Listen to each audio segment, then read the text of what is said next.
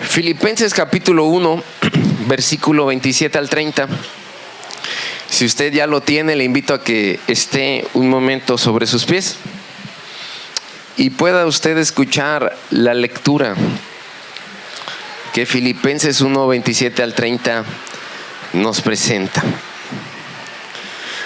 La palabra del Señor dice de la siguiente manera: solamente que os comportéis como es digno del Evangelio de Cristo, para que, o sea que vaya a veros o que esté ausente, oiga de vosotros que estáis firmes en un mismo espíritu, combatiendo unánimes por la fe del Evangelio, y en nada intimidados por los que se oponen, que para ellos ciertamente es indicio de perdición, mas para vosotros de salvación, y esto es de Dios, porque a vosotros os he concedido a causa de Cristo, no solo que creáis en Él, sino también que padezcáis por Él, teniendo el mismo conflicto que habéis visto en mí y ahora oís que hay en mí.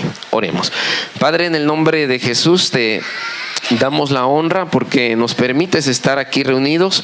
Te glorificamos porque tú nos has dado el día de hoy la oportunidad y la vida para poder estar en esta tu casa.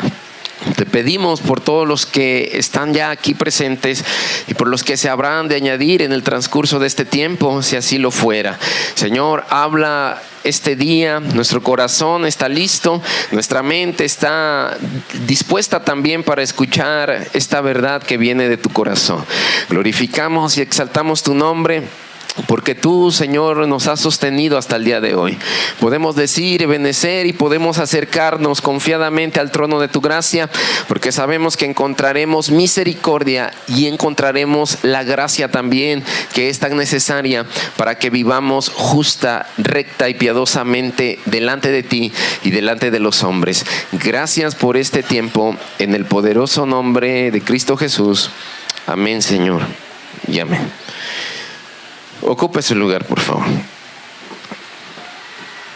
La iglesia como cuerpo de Cristo nos presenta el testimonio de lo que Cristo ha hecho y de lo que Cristo hizo a través de su sacrificio en la cruz del Calvario.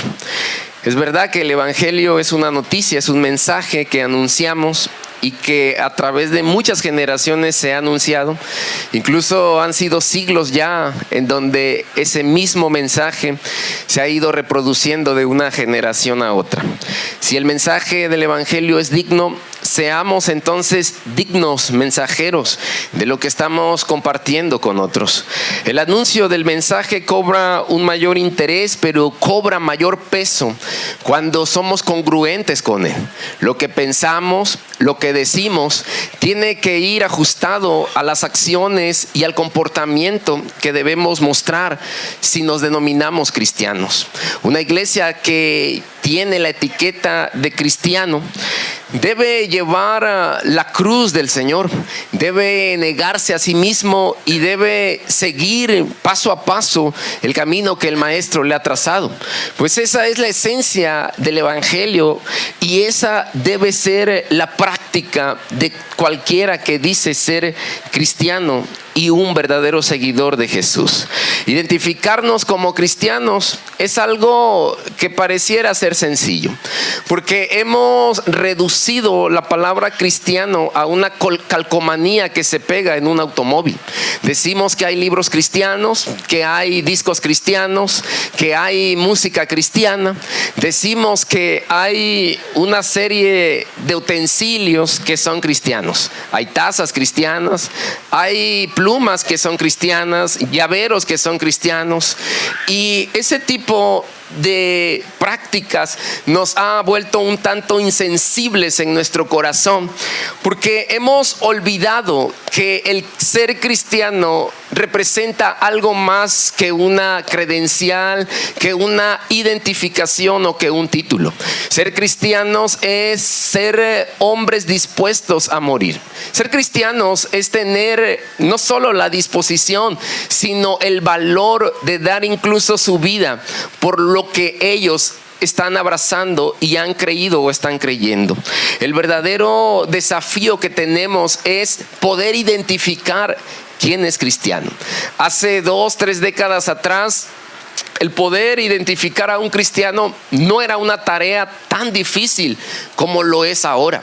Para que podamos identificar en nuestro vecindario, en el círculo en donde nos desenvolvemos, en la escuela, en el trabajo, poder identificar a un cristiano hoy se ha vuelto como una tarea tan titánica como el querer encontrar una aguja en medio de un pajal enorme.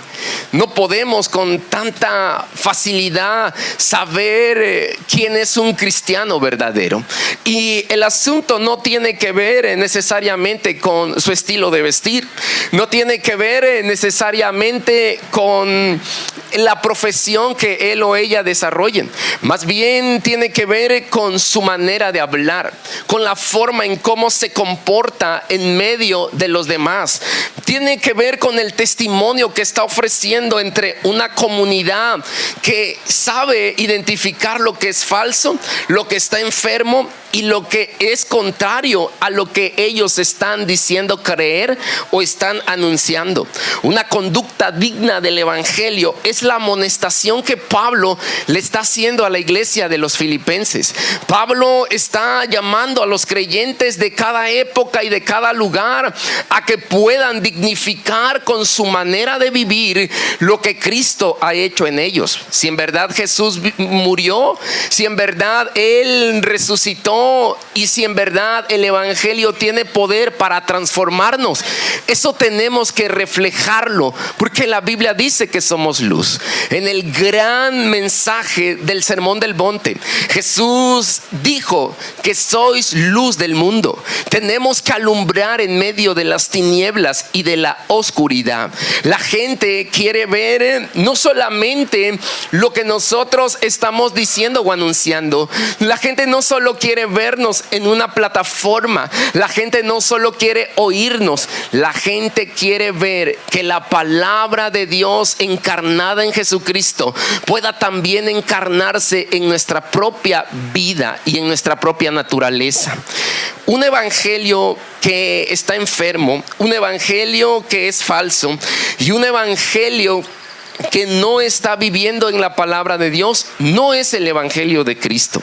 ¿Cuál es la conducta fiel de un verdadero creyente en el Señor? ¿Cuál es la conducta digna del evangelio que cada uno de los que se identifican con Cristo deberíamos tener?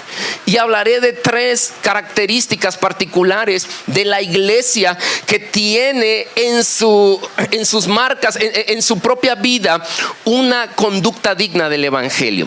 La conducta digna del evangelio la podemos identificar por la fidelidad de los que son parte de la iglesia. Si somos fieles al evangelio, podemos entonces dar un buen testimonio ante los demás. ¿Cómo podemos aseverar que Dios es fiel? ¿Cómo podemos nosotros a menudo decir que Dios es fiel? Con cuánta ligereza y como un cliché en forma de algo reiterativo o como algo que aprendemos mecánicamente, decimos que Dios es fiel. Pero ¿qué tan fieles somos con Dios en nuestra manera de actuar? ¿Qué tan fieles nos comportamos con Dios frente a la grandeza y a la naturaleza que Él representa en nuestra vida? Los habitantes de Filipos eran un grupo de hombres que, según habíamos ya expuesto en la introducción de los filipenses, ellos eran descendientes de hombres que se habían dedicado a la milicia y que de alguna u otra forma habían llegado a aquella ciudad. Muchos de los habitantes de aquella ciudad de Filipos combatieron fuertemente, vorazmente, para defender al imperio romano. Es decir, o eran descendientes o eran retirados del ejército de Roma y eran hombres leales a los principios políticos y a la estructura social que regía a Roma y que regía también como consecuencia a aquella ciudad de Filipos. Los filipenses eran habitantes que mostraban su lealtad a la ciudadanía, pero también mostraban la fidelidad a los gobernantes de la época. En resumen, eran buenos ciudadanos romanos cristianos eran hombres ejemplares, eran hombres que dependían de las leyes y del gobierno que en turno ejecutaba las políticas que provocaban que la sociedad pudiera funcionar de la mejor manera. En otras palabras, los hombres de Filipos eran hombres patrióticos, tenían en su corazón muy marcada la identidad con el Imperio Romano. Eran hombres que estaban incluso dispuestos a morir por la causa del Imperio Romano. Y a ese grupo de hombres es que Pablo les amonesta y les escribe diciéndole que de la misma manera en como ellos demuestran ser hombres de buen comportamiento y de una consagración terrenal, ellos están dando honra al territorio en donde están habitando. Pablo muestra un gran celo por la honra al reino terrenal que los filipenses están mostrando y les hace una pregunta: ¿cuánto más deberían los creyentes en Cristo consagrar su vida al reino de los cielos? El Señor declaró que nosotros no pertenecemos al mundo. Cuando hace una oración por los discípulos, Cristo señala que ellos, al igual que Él, están en este mundo, pero no son pertenecientes a este mundo. En Filipenses 3:20, Pablo señala que tenemos una ciudadanía en el reino de los cielos. Vivimos en este mundo, pero no actuamos, dice Corintios 10:3, como todo el mundo actúa. No estamos sujetos al sistema del mundo. Estamos aquí para cumplir una misión y una tarea que el Señor nos ha encomendado. En este mundo solo somos embajadores, representantes de Cristo. En otras palabras, estamos representando la ciudadanía del cielo, y Dios ha puesto una embajada a través de su iglesia para que lo que en el cielo vamos a disfrutar eternamente lo podamos reflejar en la vida del mundo incrédulo, del mundo separado de Dios, del mundo alejado del Señor. Los embajadores son personas de una nacionalidad determinada, quienes son enviados por un país a otra nación y que representan la cultura, las costumbres, representan todo aquello que tiene que ver con la nación que están ellos representando. En nuestro caso particular, los creyentes que han sido lavados y comprados con la sangre de Cristo representan el reino de los cielos aquí en la tierra. Debemos entonces reflejar en nuestro comportamiento la ciudadanía que está en los cielos, y de donde también esperamos que el Señor y el Salvador de nuestra vida, Jesucristo, un día regrese por su pueblo. El cristiano fiel a su Señor debe de ir en contra del sistema del mundo. Para muchos es muy cómodo acomodarse al funcionamiento del mundo. Nadie que se identifique como cristiano puede vivir alejado de la palabra de Dios. El cristiano ha de ser congruente en lo que piensa, dice y hace. Su mayor testimonio del cristiano y de la iglesia es su integridad espiritual que muestra a los demás, a los incrédulos, a los hombres que no han tenido un encuentro con el Señor, a los que viven alejados de la palabra de Él, a los que viven separados por causa del pecado.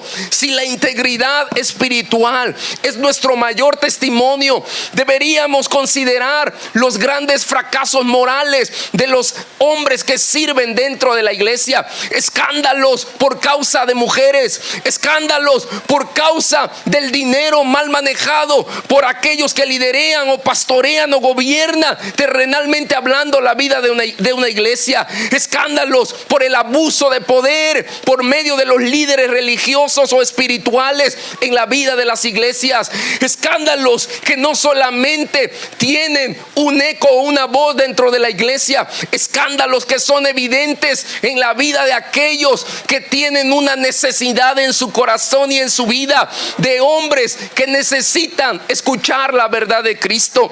Pero mire, si la integridad espiritual es correcta, es pura, es sana, si en verdad la integridad espiritual nos distingue como verdaderos cristianos, podremos provocar deseo y ánimo en el corazón de los inconversos para que vengan a los pies de Cristo.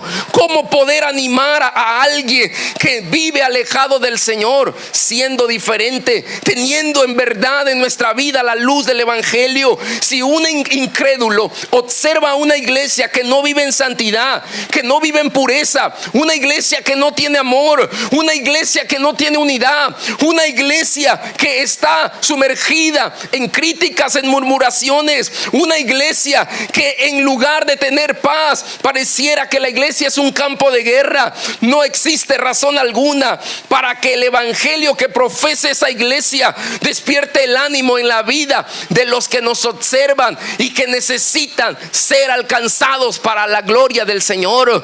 La iglesia es observada por el mundo. Tito 2:10 nos dice que no defraudemos, sino que nos mostremos fiel en todo, porque Dios es fiel en todas las cosas. No defraudemos con nuestro comportamiento al mundo ni a los hermanos de la iglesia local. Podamos adornar la doctrina de Cristo, que es nuestro Dios y nuestro Salvador.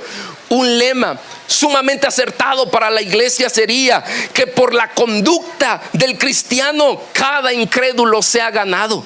En otras palabras, que por mi propia conducta, que por mi propia manera de mostrar el evangelio del Señor, la gente venga a los pies de Cristo, la gente tenga el deseo de conocer al Dios que me ha transformado, que la gente en realidad tenga el ánimo de conocer al Dios al cual hemos conocido.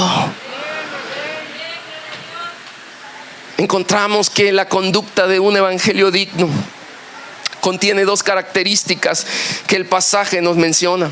Número uno, hay firmeza. La idea de esta palabra nos presenta a un soldado que está dispuesto a morir y que no importa lo que pueda ocurrir, él va a defender su posición a toda costa. El doble ánimo que muchas veces nos atrapa es una consecuencia de los pecados que operan en la carne y en nuestra propia vida. La presencia que nosotros tenemos, hermanos, en el mundo es una presencia de influencia, pero podemos influir de dos maneras, sea que de manera positiva o sea que de manera negativa. Nuestras convicciones nos van a llevar a determinar cuál es la forma en cómo estamos influyendo en nuestro entorno. Hoy, por el hecho de buscar ser amables entre un mundo que está cargado de pecado, hoy en el intento de alcanzar almas, el evangelio se ha vuelto una verdad relativa, pero la verdad del evangelio es una verdad absoluta. La amonestación que Pablo hace es para que la iglesia pueda mantenerse firme en la verdad bíblica, pero también en la santidad de Dios. La faceta de la firmeza la podemos nosotros notar en dos aspectos. Por un lado, podemos encontrar que cuando somos firmes al Señor, cuando nos permanecemos firmes a Él, vamos a trabajar a favor de la justicia, a favor de las cosas que a Dios le desagradan. Vamos a trabajar para que las cosas que Dios determina se puedan cumplir aquí en la tierra. Encontramos que la firmeza y la justicia de Dios caminarán de la mano. La verdad de Dios y la verdad bíblica, la falsedad de Satanás, la injusticia que el mundo provee, no pueden ser parte de una firmeza en la vida del cristiano. El cristiano ha de ser protagonista para que la justicia de Dios se manifieste en esta tierra. Como buen soldado de Cristo, Pablo le dice a los efesios que nos vistamos de toda armadura del Señor y que permanezcamos firmes en Él, defendiendo nuestra posición, cueste lo que nos cueste. La firmeza en la vida del cristiano lo lleva al desafío de tener la disposición clara y concreta de morir a sus propios intereses y a su propia vida, todo por la causa del Evangelio de Cristo. No solo es el contenido de la firmeza. Pablo señala en estos apartados de este versículo 27 que la unidad es un elemento también trascendental en la defensa del Evangelio. La unidad de la iglesia fue el deseo mayor de Jesús para con su pueblo. Encontramos en el Evangelio de Juan 17:21 que Jesús hace la siguiente oración: para que todos sean uno como tú, oh Padre, en mí y yo en ti, que también ellos sean uno en nosotros, para que cuando sean enviados al mundo, el mundo crea que yo los he enviado. Una casa que se divide no es una casa que mirará la prosperidad de Dios. Cuando la libertad del cristiano y la libertad de su carne se impone en la vida de la iglesia, comenzamos nosotros a olvidar que estamos en el cuerpo de Cristo para servir a los hermanos en la fe. Si alguien quiere ser grande del Señor, necesita ser el primero que sirva. Si alguien quiere en verdad amar a Dios y amar a su prójimo, tiene que tener la disposición firme de servir a los suyos. Los problemas de las iglesias locales no siempre se presentan por pecados evidentes. Los grandes escándalos de los cuales hemos mencionado ya no siempre son el factor detonante para que haya un pleito dentro de una iglesia local. Encontramos, por ejemplo, que hay pecados como el adulterio, la fornicación, encontramos la rebeldía abierta, pero a menudo son los pecados discretos los que de forma sutil se comienzan a meter en la vida de la iglesia y que comienzan a distorsionar las buenas relaciones y comienzan a romper la unidad de la iglesia. Estos pecados discretos los podemos enumerar de la siguiente manera: rencor por asuntos que no son verdaderamente importantes, asuntos insignificantes en la vida de la iglesia, producen divisiones, produce que la vida espiritual de la iglesia comience a perderse. Hay muerte espiritual por el rencor guardado en los corazones y el corazón se comienza a llenar de amargura. El escritor a los Hebreos nos recuerda que no permitamos que ninguna raíz de amargura se comience a gestar en el corazón, porque la amargura nos destruye. La amargura es mala. La amargura va a dividir la vida de la iglesia, va a robarle su vitalidad. La amargura nos va a desviar del propósito de Dios. Pero encontramos también la crítica injusta, críticas y señalamientos por parte de los mismos hermanos de la iglesia. Encontramos la queja o la incredulidad como pecados discretos que de forma muy sigilosa comienzan a golpear la mente, el corazón y la vida de la iglesia local. Pero debemos nosotros saber que estos pecados, hermanos, parten de un corazón no consagrado a Dios, ni de una vida consagrada a su verdadera esencia. Estamos aquí en la vida de paso, somos peregrinos y extranjeros y debemos vivir en la carne, no como el centro del pecado, sino vivir en la carne para glorificar el nombre del Señor en cada acción que hagamos. Cada uno de estos pecados originan problemas serios en la vida de la iglesia. Las divisiones no son parte del propósito de Dios. El que podamos vivir enemistados en la iglesia son evidencias de una vida que está sometida al gobierno de la carne. Pablo experimentó muchísimas divisiones. Los judíos no querían juntarse con los griegos. Vemos también que los gentiles no querían ser aceptados en el círculo de la iglesia cristiana. Había división entre esclavos y libres, entre hombres y mujeres. Y entonces Pablo le escribe esto en respuesta a la situación que vive. En Gálatas 3:28 le dice Porque en Cristo no hay judío ni griego, no hay esclavo ni libre, no hay varón ni mujer, porque todos somos uno en Cristo Jesús. Todos tenemos una misma esencia en el Señor. Para que el cristiano pueda vivir siendo uno en el Señor, necesita un elemento importante, que es la humildad.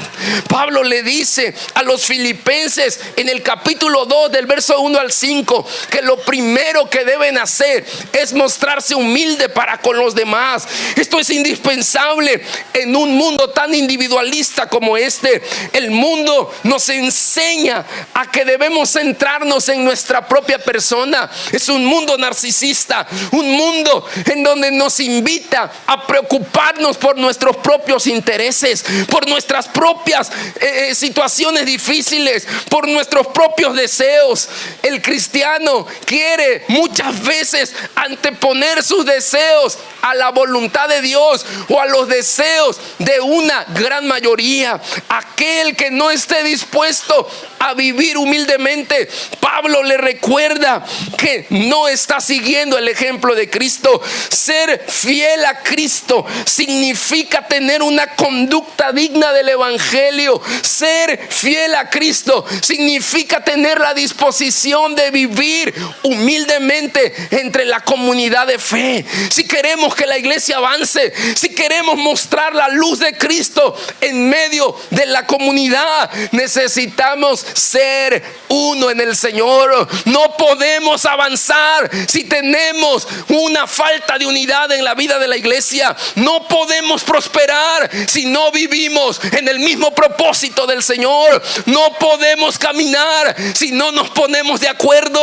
No podemos trascender si no tomamos la visión de Dios. Y recuerde las palabras de Cristo: para que ellos sean uno, así como yo soy uno en ti, para que el mundo crea que verdaderamente hemos sido enviados por el Señor, para que el mundo entienda que realmente el Señor ha hecho la obra en nuestras vidas. Pensando en esto, en la frontera de este país mexicano hay un pastor que Dios lo levantó, y en esa iglesia Dios le ha dado una visión que pueda parecer un tanto temeraria. La historia de este pastor conmueve verdaderamente las entrañas y nos afirma el Señor a través de su testimonio que Él sigue siendo un Dios que transforma vidas. La historia nos relata que este pastor ha sido llamado para rescatar a aquellos jóvenes que pertenecieron a grupos organizados. Hay un video incluso que circula en televisión y que fue un reportaje de Noticieros Televisa, y en donde se mira cómo hay grupos contrarios, grupos del crimen organizado, jóvenes quienes se levantaron y asesinaron a parientes de ellos, grupos como los Zetas, como la familia michoacana y muchos otros grupos que se han levantado en el país, y que Dios, mediante la vida y el ministerio de este pastor, ellos han sido alcanzados y están en una misma iglesia, aun cuando uno de ellos se levantó a asesinar a un miembro de la familia o a toda la familia de los que son parte de esa comunidad de fe. Pero ahí vemos cómo ellos, mediante el amor de Dios, mediante la misericordia de Dios y su gracia redentora, Dios pudo tocar sus corazones, porque los corazones pueden ser cambiados por el poder del Evangelio de Dios. Los corazones más duros Dios los puede cambiar, porque el Evangelio es poder de Dios. El Evangelio cambia vidas. El Evangelio puede lograr lo que nosotros no podemos lograr. Y vemos que si ellos pudieron ponerse de acuerdo, si ellos pudieron llegar a un punto en donde puedan caminar unánimes, La iglesia de Kairos puede hacerlo también. La iglesia de cualquier generación y cualquier época y de cualquier lugar puede caminar al unísono, a la voz de su Señor, a la voz de su general. La iglesia del Señor puede caminar a la música que el Señor nos toque. Podemos caminar y ponernos de acuerdo y podemos hacer grandes cosas, porque como el salmista lo dijo, en Dios haremos proezas. Una iglesia con una conducta digna del Evangelio debe demostrar valor. Pablo escribe lo siguiente: y nada intimidaos por los que se oponen, que para ellos ciertamente es indicio de perdición, mas para vosotros de salvación, y esto es de Dios. El evangelio siempre se va a desarrollar y se ha desarrollado, según la historia, en medio de tiempos de oposición. Algo que un día captó mi atención en una reunión de pastores fue el hecho que estábamos hablando sobre el tema de la necesidad económica de las iglesias. Hablábamos sobre la escasez que muchas veces se vive y cómo muchos ministerios comienzan a morir por la falta del recurso financiero. Cómo hay personas que tienen tanta necesidad en la iglesia, pero por algunas causas o razones no se le puede apoyar de la forma en cómo quisiéramos hacerlo. Y se comenzó a hablar de los proyectos, de las construcciones, de los sueños, de las edificaciones y de las pretensiones que los pastores tienen en su corazón como una visión, un sueño que Dios les ha colocado.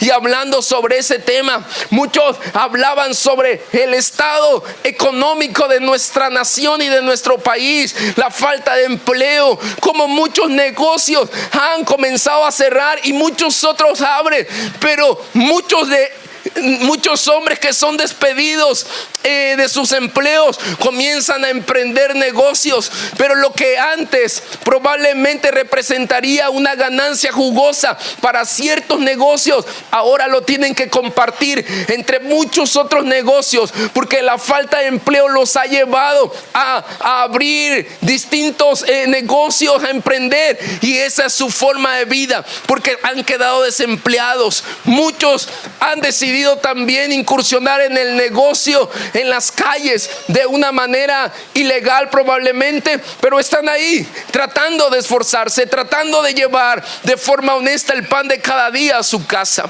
Y hablando de esto, una pastora comentaba en cierta ocasión: yo veo en la historia de la iglesia que a pesar de que el pueblo de Dios fue perseguido, a pesar de que no muchos de los que eran parte de la iglesia eran personas ricas, veo cómo Dios siempre sostuvo la vida de la iglesia, que a pesar de lo que hubo en el entorno de la iglesia, según cada época que la iglesia ha vivido, cada etapa, Dios siempre la sustentó. Dios siempre estuvo a su cuidado de ella. Dios siempre estuvo ahí al pendiente de la iglesia, siendo ricos, siendo algunos pobres, siendo algunos también personas que no participaban abiertamente en la iglesia, pero Dios usaba diferentes medios para sostener la obra de Él. Habrá oposición, pero recordemos que frente a la oposición debemos combatir con firmeza y valentía. El evangelio tiene que ser el motivo que nos lleve y nos invite a fortalecernos en el Señor y a combatir abiertamente contra los ideales. Para la iglesia es demasiado cómodo acomodarse y amoldarse y aceptar los ideales o los estatutos que el gobierno establece. Pero tenemos derechos, tenemos que levantar la voz frente a una sociedad inmoral. Tenemos nosotros, hermanos, que vivir de acuerdo a la moralidad de la palabra de Dios.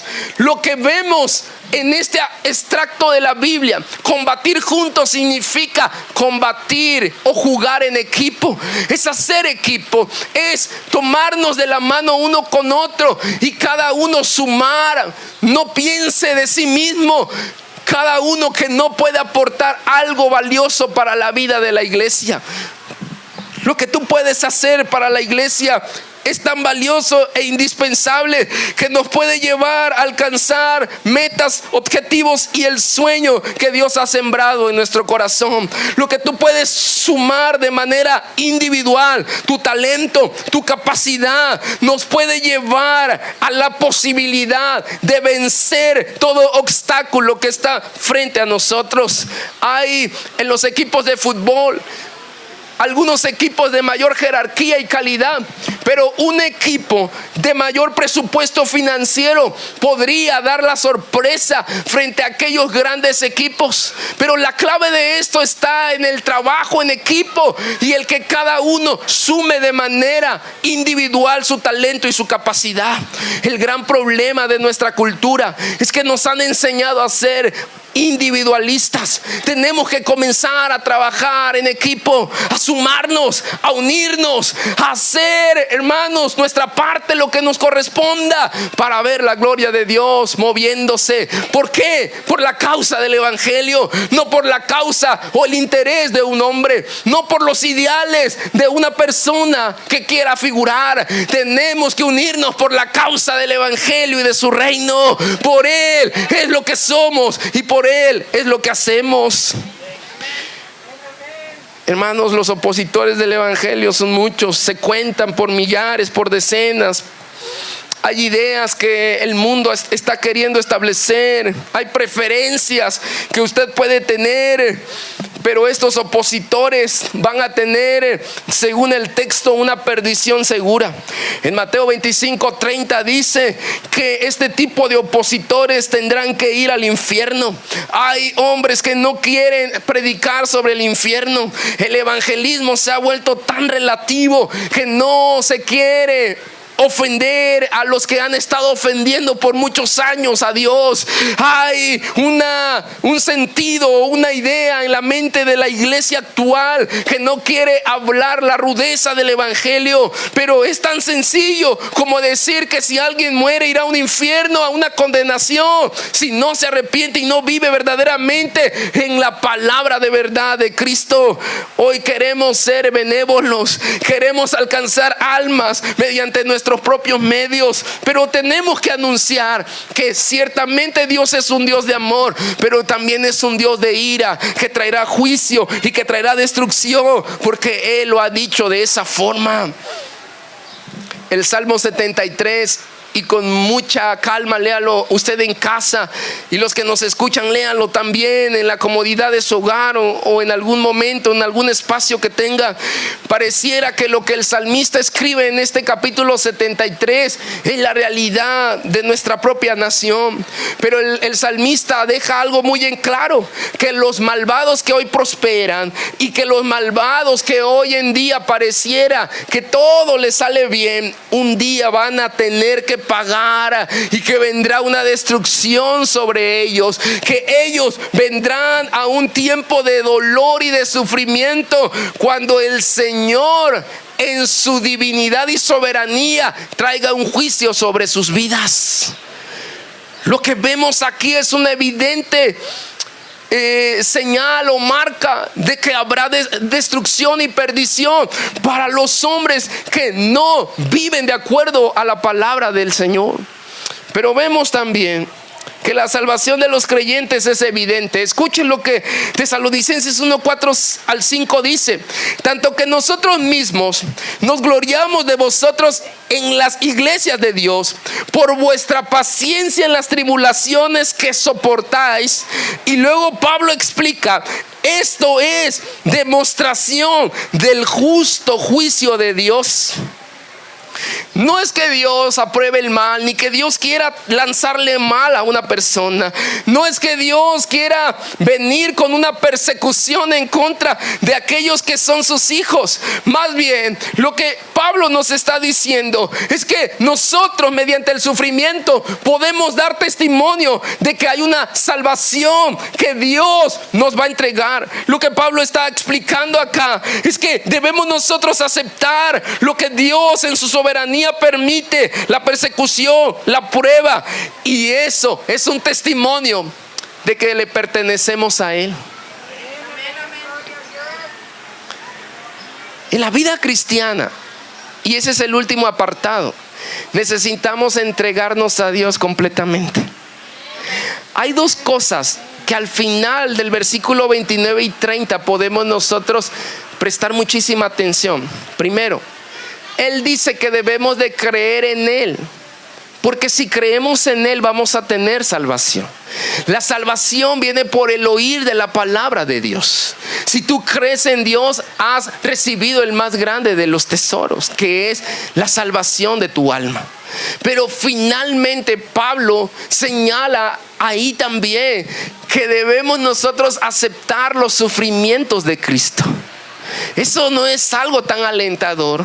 Eso no es algo que probablemente nosotros en verdad lo aceptemos de forma tan sencilla. Pero Pablo nos dice que el sufrir por Cristo es un regalo que Dios nos da y que debemos también verlo como un privilegio cuando sufrimos por Él. Esto puede tener un choque en la mente de algunos cristianos, quienes han aprendido que el sufrir no es algo que deberíamos nosotros tener en la vida. Pero si Cristo mismo padeció, cuando Pablo escribe sobre las marcas que hay en su vida, él dice que es un alto honor para él. Los sufrimientos de los mártires de la iglesia del primer siglo y de los mártires que fueron perseguidos a lo largo del tiempo de la iglesia perseguida, fueron hombres, los padres de la iglesia, que decidieron morir por la causa de Cristo, y que el sufrimiento que ellos tenían por Cristo y por el evangelio era un verdadero honor. ¿Por qué sufres tú?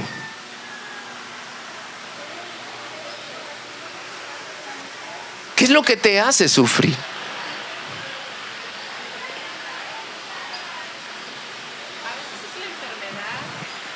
La enfermedad, el no ser comprendidos por otros, no. Y sufre o sufrimos. Y decimos, no. Hay quienes incluso sufren por partidos de fútbol. Y sufren y dicen, ya no me cuenten cómo sufrieron ayer. Y sufren. Pierden una final y sufren. No quedan en la universidad y se les viene el mundo encima y sufren. Hay quienes sufren por un amor. Y dicen, ay, me voy a morir, me dejó. Nadie se muere por amor. Solo uno murió por amor a nosotros. Pero nadie se muere por el amor de un hombre, de una mujer que ha pagado mal. No. Pablo dice acá, escuche, que si nuestros sufrimientos es por el evangelio de Cristo, entonces estamos en sintonía. Pero que si nuestro sufrimiento es por cualquier otra cosa que no represente el evangelio de Cristo. ¿Y en qué sentido lo dice Pablo? Porque vamos a sufrir, definitivamente vamos a sentir dolor, definitivamente vamos a experimentar en carne propia los sufrimientos. Pero para contextualizar, hay hermanas o hermanos que para venir a la iglesia tienen que vivir un verdadero infierno antes de llegar acá. Y por ser cristianas o cristianos, sus parejas les tratan de una manera indebida. Hay cristianos que los vetan en sus propias familias y dicen, como eres cristiano no te invito a mi fiesta, a mi graduación, al cumpleaños de mi hija, pero sí te buscan para que seas padrino, pero no te invito. Porque de todas formas tú no tomas, tú no te diviertes. Y te excluyen, te etiquetan. Pedro dijo: mas el Dios de toda gracia, que nos llamó a su gloria eterna, después de que hayas padecido un poco de tiempo, Él mismo perfeccione, afirme, fortalezca y establezca. Y Santiago dice que las pruebas en el Señor deben producirnos gozo. Y Job dice que recibiremos de Dios el bien y el mal. No va Dios a permitirlo para que nuestra vida sea afirmada. Y en todo esto Pablo llama a los filipenses a vivir vidas entregadas al evangelio, en donde van a tener que sufrir, pero no importando el sufrimiento, Pablo señala que el que murió y el que sufrió en la cruz del Calvario todo martirio, Él nos consolará con una consolación inexplicable, con una consolación gloriosa. Mi invitación mediante el mensaje de hoy y lo que Pablo nos dice es: no sufras por cualquier tontería. Sufre por lo que verdaderamente es importante, por lo que verdaderamente, hermano, ocupa un lugar prioritario en tu corazón. Pero hay cosas que ni siquiera deberíamos sufrir por ellas. Finalmente, no es la vida que Cristo nos prometió. Él dijo: en el mundo tendréis aflicción. ¿No dice la palabra de Dios que estamos seguros en sus manos? Sin embargo, vivimos vidas conduciéndonos de tal modo que queremos sufrir por cosas insignificantes y no sufrir siquiera por la ofensa que el evangelio puede producir. Pareciera que las cosas que decimos y creemos son las que menos demuestran nuestra conducta como cristianos. Y aterrizo el mensaje poniéndote los ejemplos más sencillos que vengan a mi mente. Tú vienes a la iglesia, alguien se mostró indiferente, y esa indiferencia se vuelve una tormenta, un tsunami en tu vida.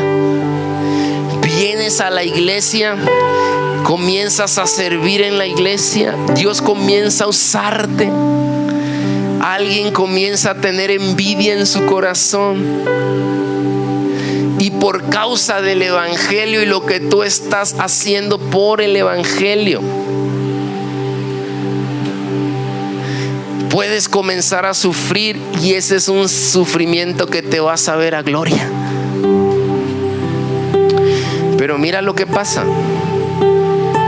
Vienes a la iglesia, alguien fue indiferente contigo y tú dices: me vale.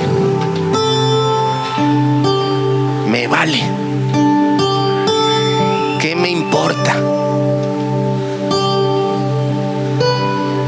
Estás sirviendo a Dios, Dios te está usando, Dios está haciendo algo mediante tu vida, y comienzas a tener problemas en la iglesia local por eso. Y dices: bola de envidiosos, me interesa lo que me digan. Te das la vuelta, te volteas, sientes que no pasa nada, te sientes el superhombre.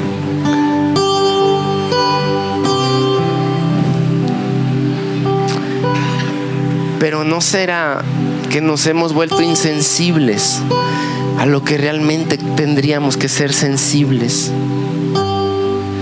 Y por eso cuando algo malo le viene al hermano decimos: se lo ganó, se lo buscó, es un envidioso y se mostró mal conmigo.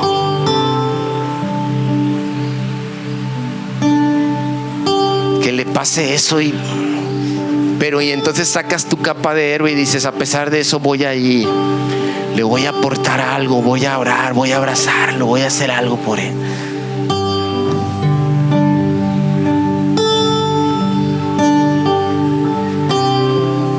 ¿No será que nos engañamos? Y vamos intentando ver qué tan es el sufrimiento que Él tiene para decir sí, se lo merecía. Y ojalá algo peor venga. Pablo dice, no es esta la actitud de Cristo. Él fue uno solo, se humilló. A Él le importaban los intereses de otros. Por eso la gente le seguía, porque vio que le importaba lo que los demás estaban pasando. Él sufrió porque combatió el evangelio, combatió en contra de las ideas de este sistema y de este mundo. El gobierno puede aprobar leyes donde hombres se casen con animales, pero la Biblia, si lo desaprueba, tenemos que combatirlo. Puede haber leyes en contra del suicidio o del uso ilegal de drogas, pero tenemos que decir la verdad del evangelio aunque incomode. Tenemos que combatir. Y si eso va a producirme dolor y sufrimiento, es sí, mucho.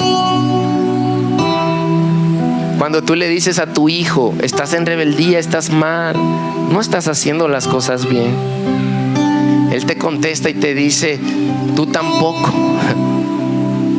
Y te argumenta y te dice. Indudablemente eso te produce dolor. Hay dolor, hay sufrimiento. Cuando un pastor exhorta o dice, estás actuando mal. Cuando tú has exhortado a alguien y le has dicho, no está bien, su cara, su mueca o la palabra que te dice te comunica algo y te produce dolor o sufrimiento. Si es por causa del evangelio, es algo que hay que gozar, hay que disfrutar. Pero si es algo que nos hemos empeñado en ganar, olvídalo. No sufras por cosas que no valen la pena, que son inútiles. Sufre por Cristo y por su causa. Sufre por el evangelio de Dios y esfuérzate. ¿Sabes por qué a veces no queremos ir y repartir un folleto a alguien? Porque ese alguien nos va a voltear la cara, nos va a decir no, nos va a decir y se va a ir. Y eso produce algo en el corazón, algo que no es delicioso, no es bueno. Levántate, ten valor, únete al equipo, sirvamos juntos. Interésate en mí, en otros, interésate en los demás. Sufre por la causa del evangelio y hagamos grandes proezas en el Señor.